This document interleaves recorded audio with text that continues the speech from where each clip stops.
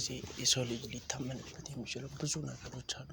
አንዳንድ ነገሮችን ስናስባቸው አንዳንድ ነገሮችን ስናያቸው በእኛ ህይወት ላይ የሆነ ኢንፍሉዌንስ ሊያደርጉ ይችላሉ ብለን የምናምናቸው ነገሮች ሲኖሩ በነዛ ነገሮች ላይ ጥገኛ እንሆናለን። በነዛ ነገሮች ላይ ዲፔንዳንት እንሆናለን። ስለዚህ አይተሞች ላይ በነገሮች ላይ እኛ ዲፔንዳንት ጥገኛ መሆን የለብንም። ሁሉ ጊዜ መደገፍና ጥገኛ መሆን ካለብን በእግዚአብሔር ላይ ብቻ ነው። እግዚአብሔርን ነው ማመን ያለብን። በእግዚአብሔር ክንድ ላይ ነው መንተራሰስ ያለብን። ስለዚህ ሰው እግዚአብሔር እጅ ላይ ነው መውደቅ ያለብን። የሰው እጅ ላይ መውደቅ የለብንም። ሁል ጊዜ ይሄንን ማመንና ይሄን ነገር ማስተዋል አለብን። ይሄን ስናደርግ የዘላለም አምላክ ፈጣሪ የሆነው እሱ ብቻ ማሰብ አለብን ማለት ነው። ይሄ ሲሆን ሁሉ ነገር መንገዳችን ሁሉ ይቀላል። መንገዳችን ሁሉ ቀጥተኛ ይሆናል ማለት ነው። ስለዚህ ከቆምንበት አንድ ስቴፕ ወደፊት መሄድ እንችላለን። ወደፊት መራቅ እንችላለን። ወደፊት መራመድ እንችላለን። ይህ ካልሆነ ግን አንድ ነገር ላይ ከተንተራሰን ሰዎች ላይ እቃዎች ላይ የሆነ ነገር ላይ ብር ላይ ገንዘብ ላይ ከተንተራሰን እዛው ባለንበት የሆነ ቀን ሲቆም እንቆማለን ማለት ነው። ልንሄድም ልንራመድም አንችልም።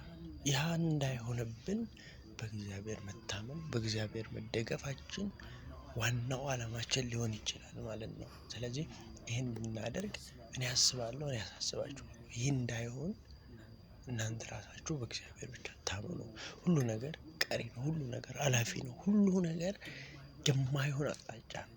ስለዚህ ይሄ ነበረ እንደዚህ ነበረ ከምንል በእግዚአብሔር ላይ መታመን አለብን።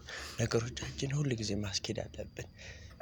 ቀናቶች ጊዜያቶች ያልፋሉ አይመለሱም። ሰዎች ይሄዳሉ ሊመጡ ላይመለሱም ይችላሉ። ጓደኛ ሊመጣ ሊሄድ ይችላል። ቀን ካለፈ ግን አይመለስም። ያ ቀን ላይመለስ ነው ያለፈው። ያን ቀን ግን ምን ሰርተንበታል? ምን አድርገንበታል? እንዴት ነው እየሄድን ያለነው በዛ ቀን ላይ ብለን ማሰብ አለብን። ስለዚህ ያንን ቀን በደንብ አስተውለን እንራመድበት። ለዛ ቀን ዋጋ እንስጠው። ለዛን ጊዜ ዋጋ እንስጠው። ለዛ ይሁን ዋጋ እንስጠው። አንድ ቀን ካለፈን ድጋሚ አይመጣም። ስለዚህ ዛሬ ላይ ነገ ላይ ምን እየሰራን ነው? ዛሬን አባከነው ነገስ ምን እየሰራን ነው? አባክነን ነው እያለፍን ያለነው? ይሄ ሲሆን ራሳችንን ገምት። የቱ ጋር ያለነው? የቱ ጋር የተቀመጥነው? ወጣትነት ያልፋል አይመጣም። እርጅናም ያልፋል አይመጣም።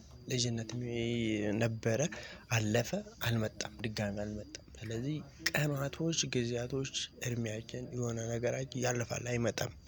ስለዚህ ይሄንን እናስብና ባለን ነገር ላይ ሆነን በኃይል በደንብ ደግሞ እንነሳ። ይሄንን ነው የምለው ማለት ነው። ስለዚህ እናንተም ነቃ በሉ፣ ተነሱ። ዙሪያችሁን አትዩ፣ ግራ ቀኛችሁን አትዩ። ቀጥታ ብቻ ይሁ አስቡ፣ አልሙ። ወደፊት ለመሄድ አቅዱ። ይሄን ስታደርጉ አንድ እርምጃ ትራመዳላችሁ ማለት ነው። ስለዚህ ስላዳመጣችሁን ቴንኪው።